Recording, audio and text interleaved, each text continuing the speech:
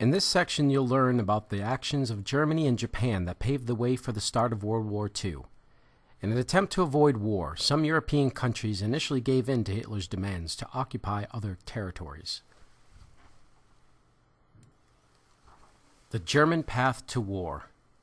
World War II had its roots in the beliefs of Adolf Hitler.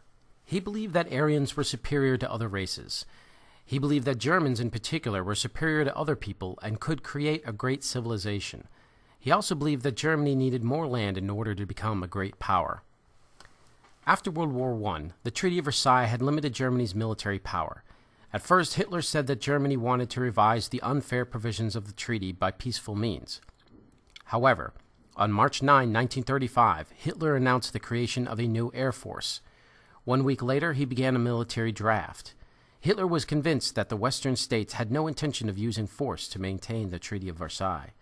On March 7, 1936, he sent German troops into the Rhineland. The Rhineland was part of Germany, but it was a demilitarized area. According to the Treaty of Versailles, Germany was not permitted to have weapons or fortifications there. France had the right to use force against any violation of the demilitarized area, but would not act without British support. Great Britain did not support the use of force against Germany. Great Britain began to practice a policy of appeasement.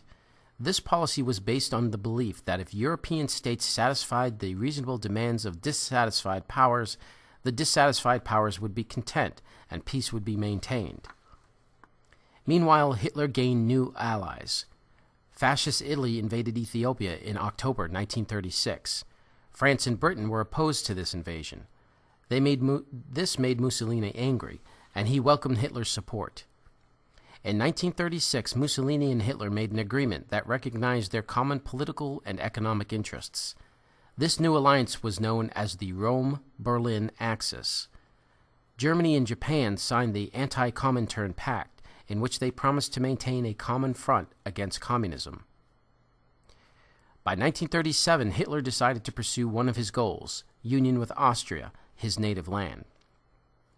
He threatened Austria with invasion. This forced the Austrian chancellor to put Austrian Nazis in charge of the government. The new government invited German troops to enter Austria. On March 13, 1938, Hitler annexed Austria to Germany. Hitler's next goal was the destruction of Czechoslovakia.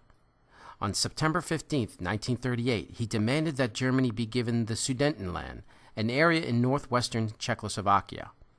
Most of the people who lived in this area were Germans. Hitler said that he was willing to risk world war to achieve his objective. At a conference in Munich, France, Britain, Germany, and Italy reached an agreement that gave Hitler nearly all of his demands. German troops were allowed to occupy the Sudetenland. The Czechs stood by helplessly. Neville Chamberlain, the British Prime Minister, boasted that the agreement meant peace for our time. Hitler had promised Chamberlain that he would make no more demands.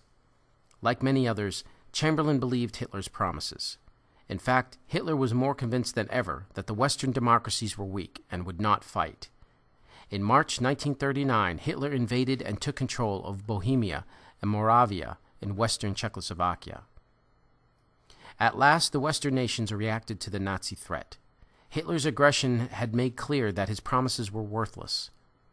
When Hitler began to demand the Polish port of Danzig, Great Britain offered to protect Poland in the event of war. At the same time, both France and Britain realized that they needed the Soviet Union in order to stop Nazi aggression. They began negotiations with Joseph Stalin, the Soviet dictator. Hitler was afraid that the West and the Soviet Union might make an alliance. To keep this from happening, Hitler made his own agreement with Joseph Stalin. On August 23, 1939, Germany and the Soviet Union signed the Soviet-Nazi Non-Aggression Pact. In it, the two nations promised not to attack each other. To get Stalin to sign the pact, Hitler offered Stalin control of eastern Poland and the Baltic states. On September 1, 1939, German forces invaded Poland. 2 days later, Britain and France declared war on Germany.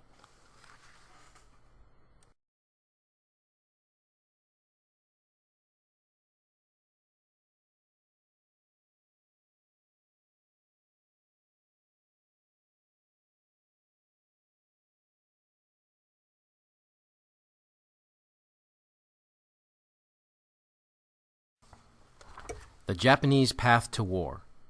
By the mid-1930s, militants had gained control of Japanese politics. In September 1931, Japanese soldiers had seized Manchuria because Manchuria had natural resources that Japan needed. As an excuse for seizing Manchuria, Japan pointed to a Chinese attack on a Japanese railway near the city of Mukden. In fact, Japanese soldiers disguised as Chinese had carried out the Mukden incident. Worldwide protests led the League of Nations to send investigators to Manchuria. When the investigators issued a report condemning the seizure, Japan withdrew from the League. Over the next several years, Japan strengthened its hold on Manchuria. Japan now began to expand into North China. Because of the threat from communists within China, Chiang Kai-shek tried to avoid conflict with Japan. He tried to appease Japan by allowing it to govern areas in North China. When Japan began to move southward, Chiang was forced to end his military efforts against the communists. In 1936, he formed a new united front against the Chinese. In July 1937, Chinese and Japanese forces clashed south of Beijing. Japan had not planned to declare war on China, but was now involved in a major conflict. The Japanese seized the Chinese capital of Nanjing. Chiang Kai-shek refused to surrender and moved his government upriver. Japan's military leaders had hoped to create a new order in East Asia, comprising of Japan, Manchuria, and China. Part of Japan's plan was to seize Soviet Siberia with its rich resources. In the late 1930s, Japan began to cooperate with Nazi Germany. Japan thought the two countries would launch an attack on the Soviet Union and divide Soviet resources between them. When Germany signed the non-aggression pact with the Soviets, Japanese leaders were forced to turn to Southeast Asia to find the raw materials they needed to fuel their military machine. A move into Southeast Asia, however, would risk war with the European colonial powers and the United States.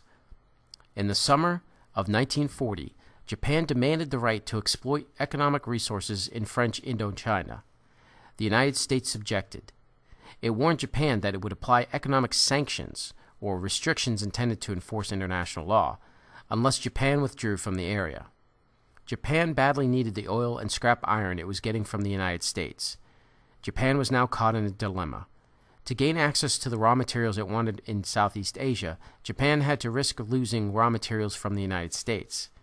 After much debate, Japan decided to launch a surprise attack on U.S. and European colonies in Southeast Asia.